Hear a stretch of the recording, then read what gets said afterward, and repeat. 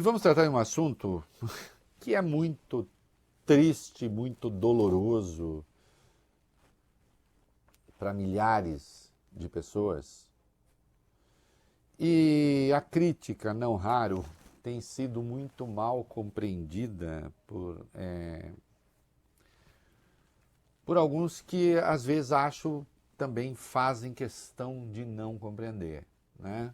Porque fica parecendo que a admissão de que há um erro na operação do governo de Israel, em determinadas cabeças soa essa admissão como se fosse manifestação de alguma simpatia pelo terrorismo, o que é um absurdo, né? Mas do que é que eu estou falando? Vamos lá, né? Vamos lá, uma greve geral organizada pela principal central sindical de Israel aconteceu hoje em todo o país após um fim de semana de protestos motivados por críticas ao governo de Benjamin Netanyahu. As principais reclamações contra o primeiro-ministro citam a falta de atuação dele nas negociações para a libertação dos reféns mantidos pelo Hamas desde o dia 7 de outubro. Empresas e escolas de transportes foram afetados. Alguns voos do aeroporto Ben Gurion, o principal de Israel, foram cancelados e manifestantes bloquearam várias estradas do país. Os primeiros protestos começaram ontem, quando dezenas de militares, aliás, dezenas de milhares de pessoas, se reuniram em diversas cidades do país após o anúncio da recuperação dos corpos de 6 reféns. Os manifestantes exigiram um acordo de cessar-fogo.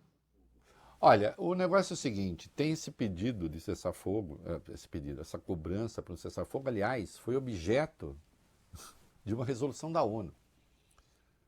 E que não teve nenhum desdobramento, né, efetivo. Em nenhum momento, o governo Netanyahu se dispôs a negociar.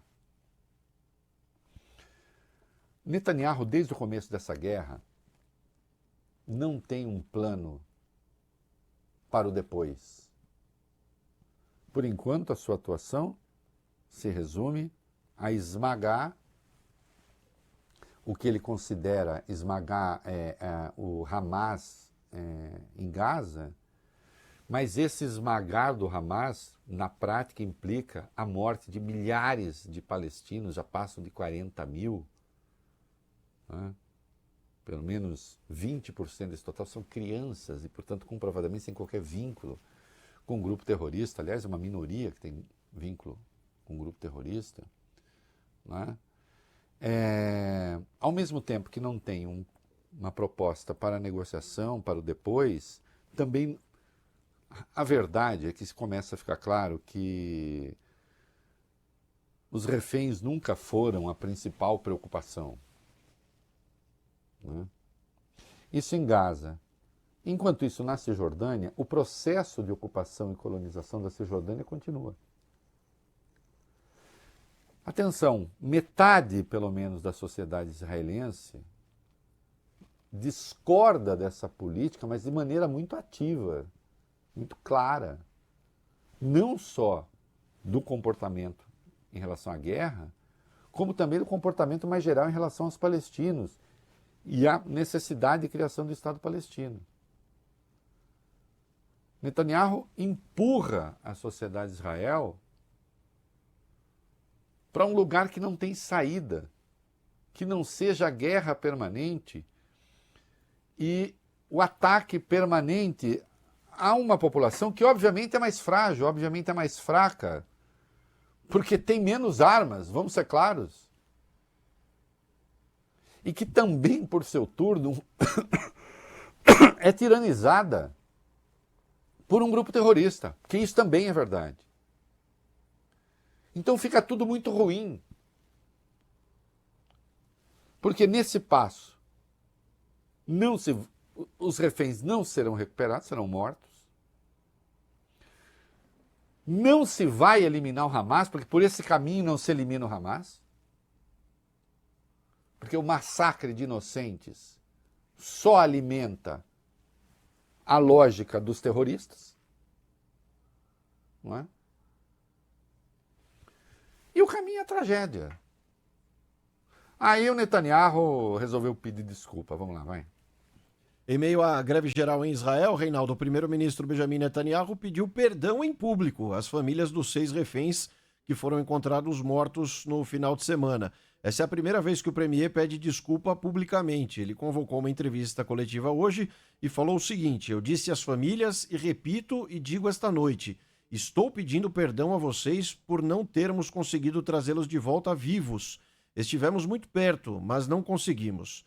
Repito esta noite, Israel não vai ignorar esse massacre. O Hamas pagará um preço alto por isso, um preço muito alto, disse Netanyahu. Ele ainda afirmou que combatentes do Hamas executaram os 6 reféns com tiros na nuca. O negócio é o seguinte, essa fala dele, esse pedido de desculpa, é só a promessa de que nada vai mudar, se vocês pensarem bem. Simpatia pelo Hamas? Não, terroristas. Aliás, uma das razões que eu quero que o Netanyahu caia, porque Israel não depende de um governo, Israel se defende independentemente de quem seja o primeiro-ministro, o que muda é a política, né? E o modo como isso se faz. Uma das razões porque Netanyahu precisa cair é porque aquele ataque do Hamas precisa ser devidamente investigado. A investigação está em curso, mas está lenta. Porque o que ninguém consegue compreender, nem dentro de Israel, é como é que aquilo aconteceu. Quando Israel dispõe de tecnologia, de material humano, de inteligência militar, para impedir que uma tragédia daquela dimensão ocorra ali na fronteira. E, no entanto, ocorreu. Não é? Há um governante Israel que empurra o seu país para uma situação sem saída que não seja a guerra permanente.